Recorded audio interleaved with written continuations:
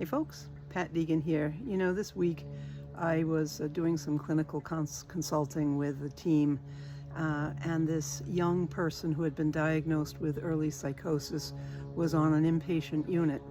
And on the inpatient unit, he was very, very heavily drugged on 2 different antipsychotic medications, a mood stabilizing medications, and he was receiving PRN, Thorazine, and also in seclusion. So by the time he's ready to get out of the hospital, you know, he was very, very subdued.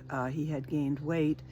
He had what's called akathisia, which is an irresistible, irrepressible need to move. It's like this deep muscular agitation that's a side effect of the medication.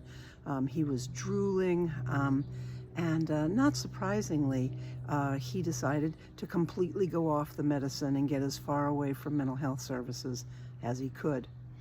If you know somebody who's on an inpatient unit and getting heavily tranquilized to the point of sleeping all the time and drooling and other very unpleasant side effects, what's really important is to help them connect with care after the hospitalization so that they can work with a psychiatric care provider to reduce that huge amount of medication. The process is called depresribing, and it's very possible to do because often what happens is when we get out of the hospital and we've been drugged up and then we suddenly go on off all the meds, well, guess what happens? We end up right back in the hospital.